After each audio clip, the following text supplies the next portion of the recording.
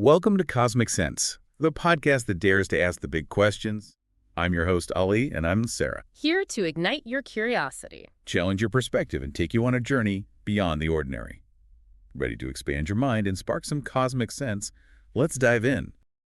So far, we've explored the scientific and philosophical angles of the Fermi paradox. But, as promised, we're now venturing into a realm where science and faith intersect the theological interpretations of the Fermi paradox. It's amazing how this question about extraterrestrial life can lead us to such profound philosophical and spiritual questions. How have different religions grappled with the idea of alien life and its potential implications for our understanding of God and creation? Well, it's a topic that has sparked a, diverse range of perspectives. Some religious traditions have embraced the possibility of extraterrestrial life, seeing it as evidence of God's limitless creative power and the vastness of his creation. Makes sense, right? If God had created this awe-inspiring universe, why limit his creation to just one planet? Right. It would almost be more surprising if Earth were the only planet teeming with life. Exactly. Some interpretations emphasize the special place of humanity in God's plan. The idea that humans are made in God's image, for instance, could be difficult to reconcile with the existence of other intelligent beings. Right. It raises all sorts of theological questions. It's a fascinating area to explore because, there's been so much discussion already about Christianity and alien life, but Islamic perspectives, they really haven't got nearly as much attention. Yeah, that's right. And that's one of the things that makes this topic so interesting to explore. I feel like we're about to step into a whole new world, Mm-hmm. which, is always exciting on this show. But before we get too deep into the theology, I think it's important to take a minute and recap what science is telling us about the possibility of life beyond Earth.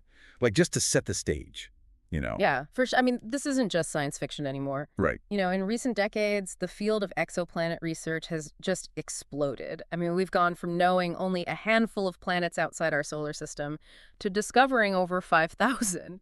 And that number just keeps climbing. Wow, 5,000 planets. That's a lot. It's hard to even imagine. So what are we learning about these exoplanets? I mean, are any of them actually, potentially habitable? Well, that's the big question, right? Well, of course, yeah. And not all of them are candidates for life, at least not life as we know it. Some are just gas giants, some are way too hot, some are freezing. But what's really exciting is that there's a good chunk of them that are rocky planets, and they orbit within the habitable zone of their stars. Habitable zone, so meaning they could... With water. Oh, wow. Which is, as we know, considered like essential for life. Right. So there's a real chance then that some of these planets could be teeming with alien life.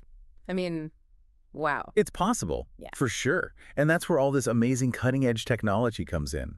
Like the James Webb Space Telescope. Yeah, the James Webb. It's giving us these incredible images and a ton of data about these faraway planets. We can actually analyze their atmospheres. Search for those telltale signs of life, like water vapor, methane, maybe even oxygen. It's kind of mind-blowing how far we've come in our ability to, study the universe. And, what's even more inspiring is that Muslim scientists are playing a key role in all these discoveries. Absolutely. People like Noor Skaf, Munatza Alam, they're doing incredible work. Noor Ross is a French scientist, originally from Lebanon, and she specializes in characterizing, figuring out the properties of exoplanetary systems. And then there's Munatza, a Muslim American. She focuses specifically on the atmospheres of giant planets. Really pushing the boundaries of our knowledge. Their stories are so inspiring. Which leads me to wonder, how does that rich history of astronomical inquiry in the Islamic world mesh with Islamic theology, especially when it comes to the idea of alien life? The Quran itself, right in the very beginning, there's that verse that always jumps out at me. All praise belongs to God, Lord of the worlds. That plural worlds. It's kind of suggestive, don't you think? Yeah, it really is. And that verse has been a key point of discussion for scholars who say that the Quran is hinting at this vast and diverse cosmos. It's not just us. So the idea of a universe full of other planets, maybe even other intelligent beings, this isn't some new fringe idea in Islamic thought. Not at all. It's actually an idea with roots going back centuries. There are some really influential historical Muslim thinkers who embrace this whole concept of cosmic pluralism. People like Muhammad al-Bakir, who is a theologian and scientist, and Fakhr ad-Din Arazi, a really prominent philosopher and theologian. They didn't shy away from the possibility of other worlds and other beings coexisting alongside humanity. Pretty forward thinking for their time. Now let's take a look at the other academic source. It's a master's thesis, actually. It's called Muslim Perspective on Extraterrestrial Life. It was written by this Turkish researcher, Selin Fethullah from Ibn Khaldun University. So, Sarah, tell the audience what things you have found out from her work. Oh, absolutely. Fethullah highlights a bunch of early Islamic thinkers who were totally on board with the idea of extraterrestrial life. Like, there's this guy, Ibn Abbas, who was a companion of the Prophet Muhammad. Peace be upon him. He believed in intelligent beings on other worlds. Ibn Abbas. Wait, isn't he like a pretty big deal in Islamic scholarship? Huge, yeah. He's super respected for his interpretations of the Quran, and he even suggested that these extraterrestrial beings had their own prophets, just like humanity. And you know what's remarkable is that despite the limitations of their time, they approached this topic with a level of intellectual rigor that's quite impressive. So walk me through their line of thinking here. What kind of reasoning did they use?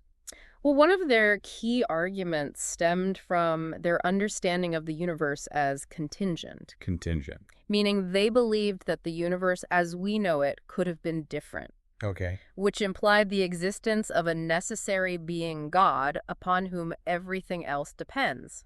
I'm following you. But here's where it gets interesting. Okay. While they saw this as a way to prove God's existence, Right. they recognized that it didn't definitively prove or disprove the existence of anything else. Including intelligent extraterrestrial life? Exactly. So they left the door open to possibilities beyond what they could observe directly. They did. They acknowledged the limitations of human knowledge Makes sense. and recognized that scientific advancements could potentially reshape our understanding of the Quran and the cosmos. It's like they anticipated that future discoveries might reveal a universe even more complex than they could imagine. You got it. That's pretty forward thinking. It is, and this openness to new knowledge, while adhering to their core theological principles, is what makes their approach so relevant even today. Let's talk about this concept of exotheology. Exotheology. Yeah. Okay, I'm intrigued. What is that? So it's basically the study of theological implications of extraterrestrial life. It asks those big questions, like if we were to encounter intelligent alien life, Right. what would that mean for our understanding of God, creation, and humanity's place in the whole universe? So it's like taking our earthly theological frameworks, right? Yeah. And like stretching them to this cosmic scale. Yeah, That sounds fascinating it is. It really is. and potentially mind-blowing. It is. And Yeah. the book that you shared Yeah. actually delves into this quite deeply. Okay. You know, for example, it explores how Islamic theology might approach, like Yeah. questions of non-human moral agency. Okay. So in other words, if we were to come across intelligent aliens, Uh-huh. would they be considered moral beings with, rights and responsibilities under Islamic law? Wow. That's a question I've never considered, It's like, how can we even try to apply our ethical and legal systems Right. to beings we can't even imagine? Exactly. How does the book even approach that? So one of the contributors, David Solomon Shalahel, he uses the framework of classical Sunni theology to explore that question. Right.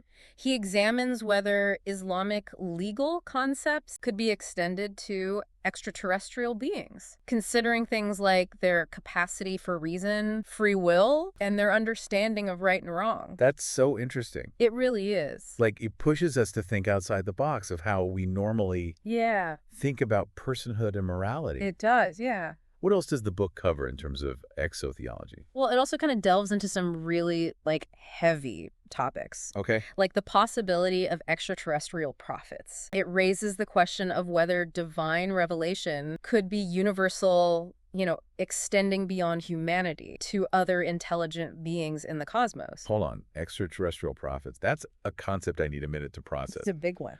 Like, we're talking about the possibility of aliens having their own prophets Yeah, and getting their own divine messages. that's the idea. Yeah, it forces us to confront this question of whether this Islamic concept of prophethood is limited to just humanity, Right. or if it could include, this wider range of intelligent beings Right. throughout the universe. And then there's Imam Muhammad al-Bakir. He was another prominent figure from the same era, and he didn't just hint at extraterrestrial life. He flat out said, and I quote, "Maybe you see that God created only this single world and that God did not create Homo sapiens besides you." Okay, so he's setting up an argument here. I'm listening. Right. And here's the kicker. "Well, I swear by God that God created thousands and thousands of worlds and thousands of humankind." Okay, wow. No mincing words there. He sounds pretty convinced. Definitely. And his certainty really points to, a key concept in Islam, God's infinite creative power. This idea makes it much easier to accept the vastness of creation and the potential for all sorts of life forms beyond our planet. So it's not just about, like, finding little green men. It's about understanding God's limitless ability to create. Exactly.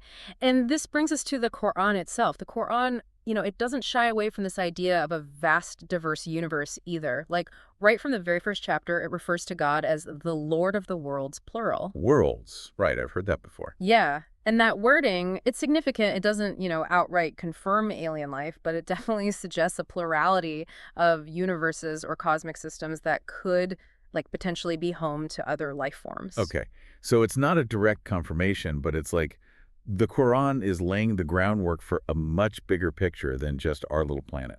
Exactly. And there are other verses that add to this, like the seven heavens, for instance.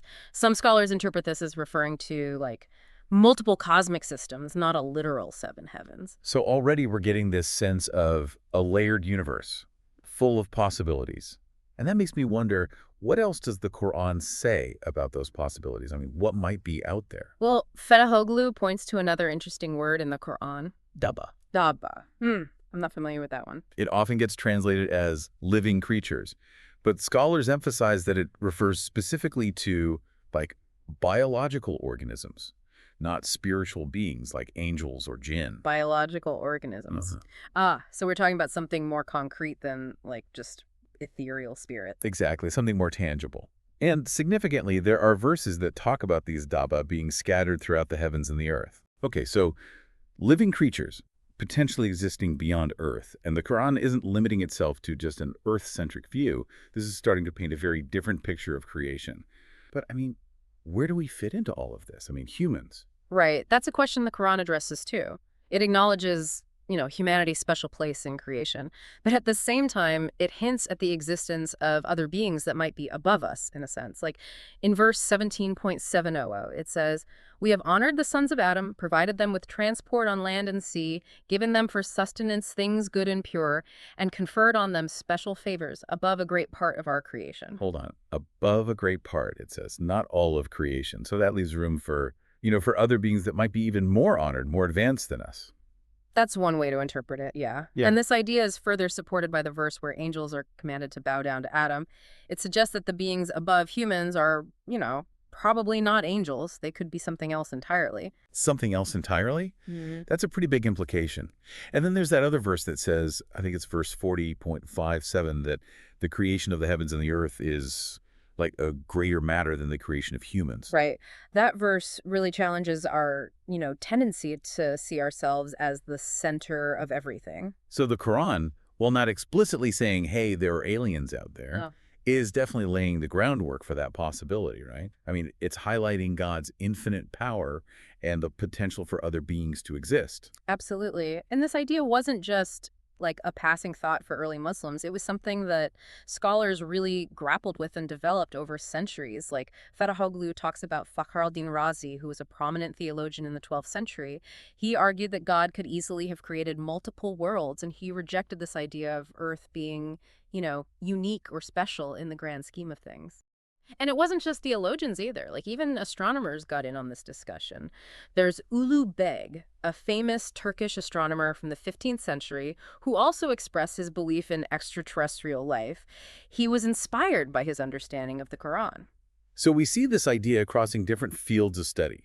Clearly, this concept of other worlds and other beings really captured the imagination of a lot of people in the Islamic world. But why? What was it about Islamic thought that made it so, receptive to this idea? Well, like we talked about, Islam doesn't have that same, hang up about human uniqueness that some other religions do. But there's another factor at play here, this thing called the theistic principle of plenitude. Okay, now we're getting into some philosophical territory.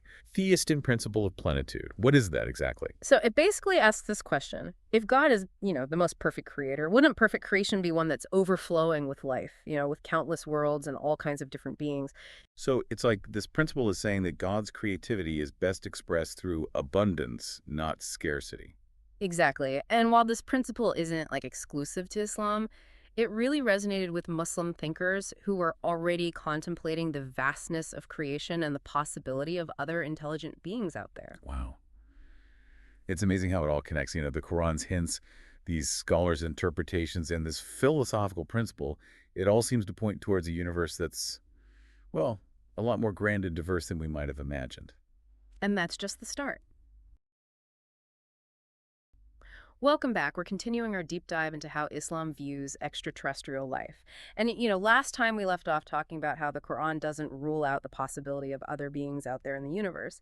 But what I'm really curious about is, what did these Muslim scholars actually picture in their minds when they thought about these extraterrestrials? Like, what did they imagine they might be like? Yeah. That's what I'm dying to know, too. I mean, the Quran, it gives us those hints about beings above humans, but it doesn't really go into detail, right? Like, doesn't give us a physical description or anything like that. Right. It's pretty vague on the details. Right. So Fetahoglu, in her thesis, she points out that there isn't really a single unified answer to that question. Different scholars, they interpreted the Quranic verses and those prophetic traditions like in different ways, which led to a bunch of different, really fascinating perspectives.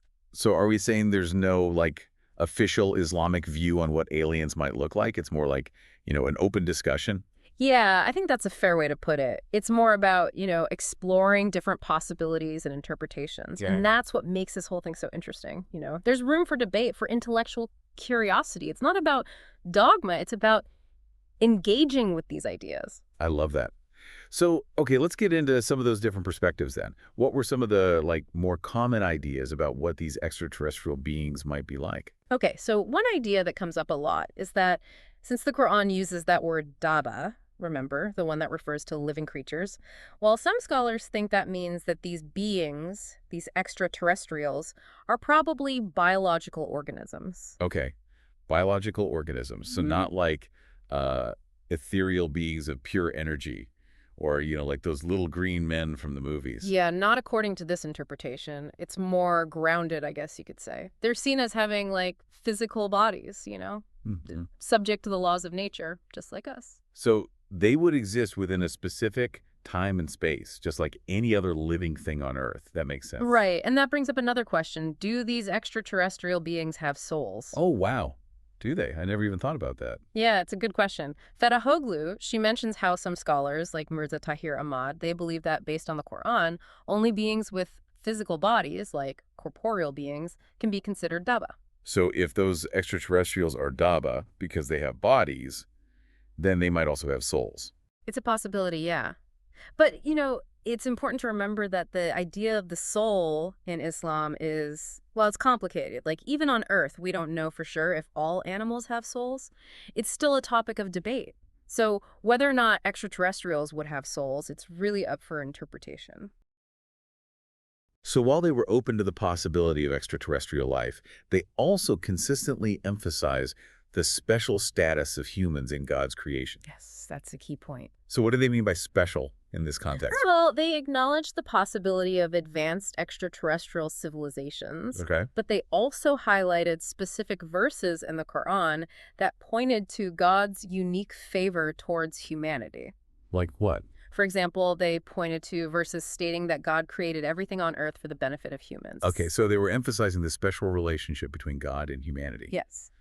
But how do they reconcile that with the possibility of other intelligent beings out there? They believed that the Quran's emphasis on human specialness wasn't about claiming superiority or dominance over other beings, Yeah. but rather about recognizing the special responsibility that came with our unique gifts. Or unique gifts. Our intellect, reason, language, and capacity for creativity. I see. They saw these as signs of our unique status and our ability to connect with God in a way that other creatures might not be able to look. So it's more about recognizing a unique role within God's creation Yes. than claiming any inherent superiority over other life forms. Exactly. That's a really nuanced perspective. It is. So they saw human uniqueness as a call to gratitude worship and responsible stewardship of creation. Right? They believed that humans had a duty to cultivate justice, compassion, and wisdom in the world. That was their understanding. It's a powerful concept, recognizing our place in the universe, Yes. while also acknowledging our responsibility to live up to the potential that comes with our unique abilities. Another question that I've been thinking about is this concept of prophethood. Okay. We touched upon the Seven Earths Hadith earlier, Right. which, even though it's deemed inauthentic, Yes. still suggests this possibility of prophets on other Earths. Right. So does Islamic theology allow for the possibility of extraterrestrial prophets even beyond that specific Hadith? It's a question that's as intriguing as it is complex. Scholars like Hamza Karmali and Muhammad Mahdi Montasri really delve into this topic, They do. exploring whether divine revelation could extend beyond humanity to encompass other intelligent beings. So are we talking about the possibility of God sending prophets to other worlds, just as he sent prophets to guide humanity? That's the question. That's a pretty radical idea. It is. It challenges traditional notions of prophethood as being solely focused on humanity. For sure. It forces us to reconsider the universality of divine guidance and imagine different pathways to spiritual knowledge and understanding. Like, it makes you wonder what kind of messages extraterrestrial prophets might have received. Exactly. Would their teachings echo the core principles of Islam as we understand them? Right. Or would they reflect a different set of values and beliefs? It's a question that sparks endless possibilities and thought experiments. It does. It's a reminder of the vastness of creation and the potential for a multitude of perspectives on the divine. Yeah, and it also makes you think about the potential for, like, interfaith dialogue. Absolutely. Not just between different religions here on Earth, Right. but between different civilizations across the cosmos. Yeah. Like, imagine exchanging ideas and teachings with beings from other worlds, sharing our understanding of the divine, and perhaps even learning from their spiritual insights. A beautiful thought. So we've covered a lot of ground in our deep dive today, from ancient Islamic perspectives to modern astrophysics, from the complexities of Islamic law to the concept of prophethood, to even, like, the meaning of human uniqueness in a universe that could be teeming with other intelligent beings. It's been a lot to take in. It really has. But now I'm curious, like, how are these profound questions reflected in Islamic societies and cultures around the world? It's a fascinating aspect of this whole conversation. The idea of extraterrestrial life hasn't just remained in, like, academic circles or theological debates. Right. It's really seeped into popular culture, Oh, wow. sparking imaginations, inspiring creative expressions in various forms. So are we talking about things like Islamic science fiction? That's one I example. have to admit that's not a genre I'm super familiar with. This is an interesting one. What kind of themes do they typically explore? Well, Islamic science fiction, like science fiction in any culture, covers a wide range of themes, Okay. from technological advancements and space exploration to social and political commentary. But what often sets it apart is how it weaves Islamic values, beliefs, and perspectives into these narratives. So it's not just about, like, replicating the typical tropes of aliens and spaceships, Not necessarily. but about using those elements to explore deeper questions Right. about humanity, Right. spirituality, and our place in the cosmos. Exactly. It's about reimagining Islamic principles and ethics in the face of potential encounters with other civilizations. I see. It's a way to grapple with the philosophical and theological questions we've been discussing, but in a creative and engaging format. It makes sense, like taking those abstract ideas Right. and grounding them in relatable stories and characters, Absolutely. making them more accessible to a wider audience. Exactly. Are there any specific examples of Islamic science fiction that you find particularly interesting or thought-provoking? Well, the book highlights the work of Ahmed Eldin Aisha. Okay. He's a contemporary Egyptian science fiction writer. Yeah. His stories often grapple with the implications of extraterrestrial contact for Islamic societies, Okay. exploring questions of identity, faith, and the clash between tradition and modernity. So it's like using science fiction as a lens to examine how Islamic societies might adapt and evolve Right. in the face of such a, like, paradigm-shifting discovery. Absolutely. And it's not just about the intellectual and theological challenges. Right. It's also about the emotional and cultural impact. That's a good point. The way such an encounter might shake our sense of identity and belonging. Yeah, for sure. Like, where do we fit in if we're not alone? Exactly. It's about exploring the human side of this cosmic equation, Right. the way our individual and collective identities are shaped by our understanding of ourselves and our place in the universe. This is making me want to delve into some Islamic science fiction. You should. It sounds like a really rich and thought-provoking genre. It is. And I'm guessing it's not just limited to literature. You're right. It's not. These themes are probably also explored in other forms of media, Yes. like film or even visual art. You got it. And in fact, the book mentions how the concept of extraterrestrial life has even found its way into discussions about UFO sightings in some Muslim communities. Wait, really? UFO sightings? Yes, it's true. That's so interesting. Tell me more about that. Well, the authors, Ayub and Ilham Ibrahim, explore Indonesian Islamic UFO hypotheses, Okay. showing how local communities have woven together traditional beliefs and modern phenomena in their interpretations of extraterrestrial encounters. So it's not just about accepting or rejecting UFO sightings at face value. Right. It's about how those sightings are interpreted through the lens of existing cultural and religious beliefs. Precisely. It's a fascinating example of how different cultures engage with the idea of extraterrestrial life Yeah. in ways that are both unique and insightful. It highlights the diversity of human thought It does. and the way our beliefs and experiences shape our understanding of the world around us. Absolutely. And it reminds us that the conversation about extraterrestrial life isn't just happening in like scientific journals or university classrooms. It's happening everywhere. Yeah, it's happening in homes, coffee shops, online forums where people are sharing their stories, interpretations, and speculations. It's a truly global conversation. It really is. It's just amazing to think about the ripple effects of this one question, are we alone in the universe? Right. And how it's touched so many aspects of human culture and thought. Yeah. From ancient theological debates to modern science fiction to everyday conversations about UFO sightings. It's remarkable. It is. As we wrap up this deep dive, what stands out to you the most from our exploration? I think for me, it's the realization that the conversation about extraterrestrial life isn't just about science or religion in isolation. Yeah. It's about the intersection of those two realms. It's where they meet. Right. About the ways in which our understanding of the universe shapes our beliefs and vice versa. And it's about the human element. Absolutely. Our curiosity, our capacity for wonder, our search for meaning and connection in a potentially vast and diverse cosmos. Couldn't have said it better myself.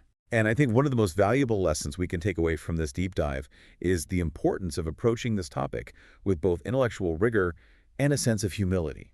I agree. Like, we need to be willing to challenge our assumptions, engage with different perspectives, and embrace the unknown with a sense of awe and wonder. Well said. And who knows, maybe one day we'll have the opportunity to engage in dialogue with beings from other worlds. That would be incredible. Sharing our knowledge, learning from their experiences, and expanding our understanding of the universe and our place within it.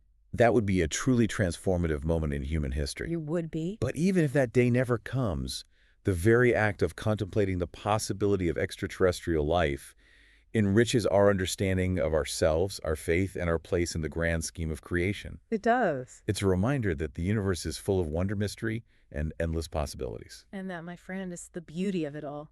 To our listeners, I encourage you to explore the book Islamic Theology and Extraterrestrial Life.